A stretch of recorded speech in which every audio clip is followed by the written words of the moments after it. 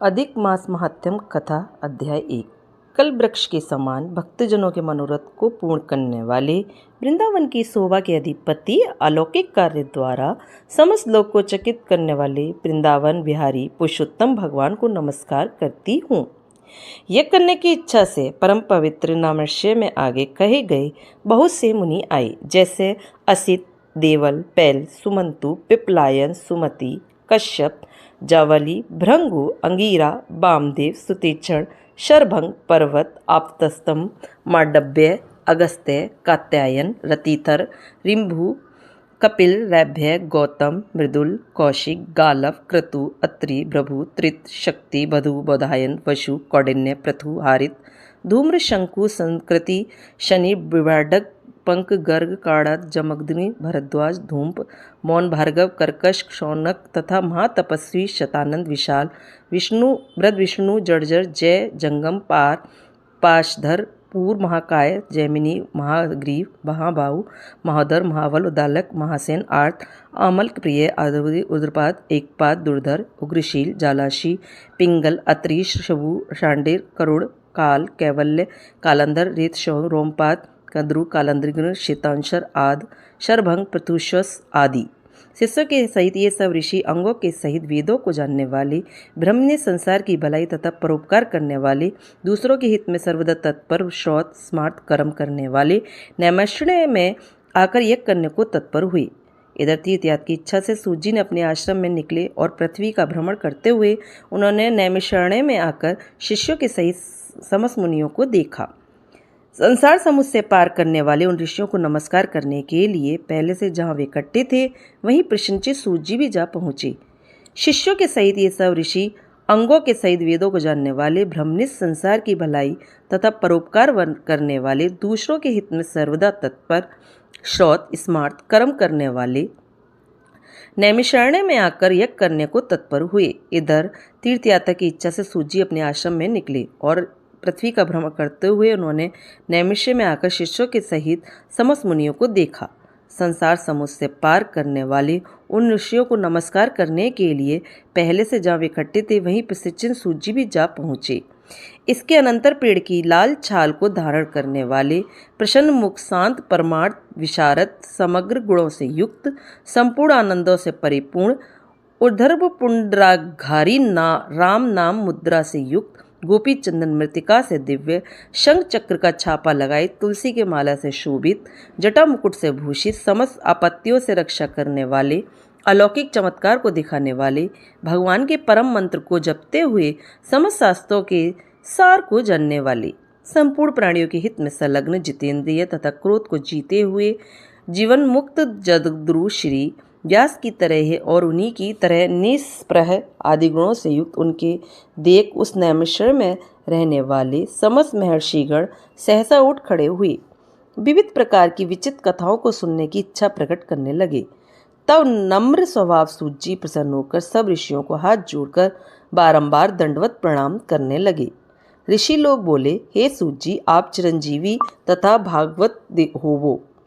हम लोगों ने आपको योग्य सुंदर आसन लगाया है। हे महाभाग, आप थके हैं या बैठ जाइए, ऐसा सब ब्राह्मणों ने कहा। इस प्रकार बैठने के लिए कहकर जब सब तपस्वी और समस्त जनता बैठ गई तब विनयपूर्वक तपोव्रत समस्त मुनियों से बैठने की अनुमति लेकर प्रसन्न होकर आसन पर सूत जी बैठ गए। तदंतर सूत को सुखपूर्वक बैठे हुए और श्रम शमर रहित देखकर पुण्य कथाओं को सुनने की इच्छा वाले समस्त ऋषि ये बोले, हे सूत जी, हे महाभाग, आप भाग्यवान हैं। भगवान व्यास के वचनों के हार्दिक अभिप्राय को गुरु की कृपा से आप जानते हैं। क्या आप सुखी तो हैं? आज बहुत दिनों के बाद कैसे इस वन में पधारे? आप प्रशंसा के पात्र हैं। हे व्यास शिष्य शिरोमणे, आप पूज्य हैं। इस असार संसार में सुनने योग्य हजारों विषय हैं, परंतु उनमें शेषकर थोड़ा सा और सारभूत जो हो वह हम लोगों से कहिए। हे महाभाग, संसार समुद्र में डूबते हुओं को पार करने वाला तथा शुभ फल देने वाला आपके मन में निश्चित विषय जो हो वही हम लोगों से कहिए। इस प्रकार शौनकादिक ऋषियों के पूछने पर हाथ जोड़कर सूत जी बोले, हे समस्त मुनियों, मेरी कही हुई सुंदर कथा को आप लोग सुनिए। हे विप्रो, पहले मैं पुष्कर तीर्थ को गया। वहाँ स्नान करके पवित्र ऋषियों, देवताओं तथा पितरों को तर्पणादि से तृप्त करके तब समस्त प्रतिबंधों को दूर करने वाली यमुना के तट पर गया। फिर क्रम से अन्य तीर्थों को जाकर गंगा तट पर गया। पुनः काशी आकर अनंतर गया तीर्थ पर गया। पितरों का श्राद्ध कर तब त्रिवेणी पर गया। तदंतर कृष्णा के बाद गंडकी में स्नान कर पुलह ऋषि के आश्रम पर गया। धेनुमती में स्नान कर फिर सरस्वती के तीर पर गया। वहाँ है विप्रो त्रिरात्रि उपवास कर गोदावरी गया। फिर कृतमाला, कावेरी, निर्वेद्या, ताम्रपर्णिका, तापी, बेहासी, नर्मदा, शर्मदा नदियों में गया। पुनः चढ़वंती में स्नान कर पीछे सेतुबंद रामेश्वर पहुंचा। तदंतर नारायण का दर्शन करने के हेतु बद्री बन गया। वह नारायण का दर्शन कर वहाँ तपस्वियों को अभिनंदन कर पुनः नारायण को नमस्कार कर और उनकी स्तुति कर सिद्ध क्षेत्र पहुँचा।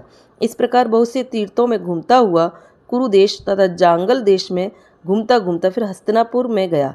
हे द्विजो, वहाँ यह सुना कि राजा परीक्षित राज्य को त्याग बहुत ऋषियों के साथ परम पुण्यप्रद गंगा तीर गए हैं। उस पर गंगा तट पर बहुत से सिद्धि हैं भूषण, जिनका ऐसे योगी लोग हैं और देवऋषि वहाँ पर आए हैं। उनमें कोई निराहार, कोई वायु बच्छड़ कर, कोई जल पीकर, कोई पत्ते खाकर, कोई श्वास ही को आहार कर, कोई फलाहार कर और कोई फैन का आहार कर रहते हैं। हे द्विजो, उस समाज में कुछ पूछने की इच्छा से हम भी गए। वहाँ ब्रह्मस्वरूप भगवान महामुनि व्यास के पुत्र, बड़े तेज वाले, बड़े प्रतापी, श्री कृष्ण के चरण कमलों को मन से धारण किए हुए श्री सुखदेव जी से आए। उन 16 वर्ष के योगीराज संघ की तरह कंठ वाले, बड़े लंबे चिकने बालों से घिरे हुए मुख वाले, बड़ी पुष्ट कंधों की संधि वाले, चमकते हुए कांति वाले, अवधूत रूप वाले, ब्रह्म रूप थूकते हुए लड़कों से घिरे हुए, मचिकाओं से जैसे मस्त हस्ती घिरा रहता है, उसी प्रकार धूल हाथ में ली हुई स्त्रियों से घिरे हुए सर्वांग धूल रमाए महामुनि सुखदेव को देख सब मुनि प्रसन्नतापूर्वक हाथ जोड़कर सहसा उठ खड़े हो गए। इस प्रकार महामुनियों द्वारा सत्कृत भगवान शुक को देख कर पश्चाताप करती हुई स्त्रियां साथ के बालक जो उनको चढ़ा रहे थे दूरी खड़े रह गए और भगवान शुक को प्रणाम करके अपने अपने घरों की ओर चले गए। इधर मुनि लोगों ने सुखदेव के लिए बड़ा ऊंचा और उत्तम आसन बिछाया। उस आसन पर बैठे हुए भगवान शुक को कमल की कर्णिका को जैसे कमल के पत्ते घेरे रहते हैं, उसी प्रकार मुनि लोग उनको घेर कर बैठ गए। यहाँ बैठे हुए ज्ञान रूप महासागर के चंद्रमा भगवान महामुनि व्यास जी के पुत्र सुखदेव ब्राह्मणों द्वारा हुई पूजा को धारण कर तारागणों से घिरे हुए चंद्रमा की तरह शोभा पा रहे थे। तो दोस्तों, आपको यह अध्याय कैसा लगा? अच्छा लगा तो लाइक करें, सब्सक्राइब करें। अध्याय देखने के लिए आपका बहुत बहुत धन्यवाद।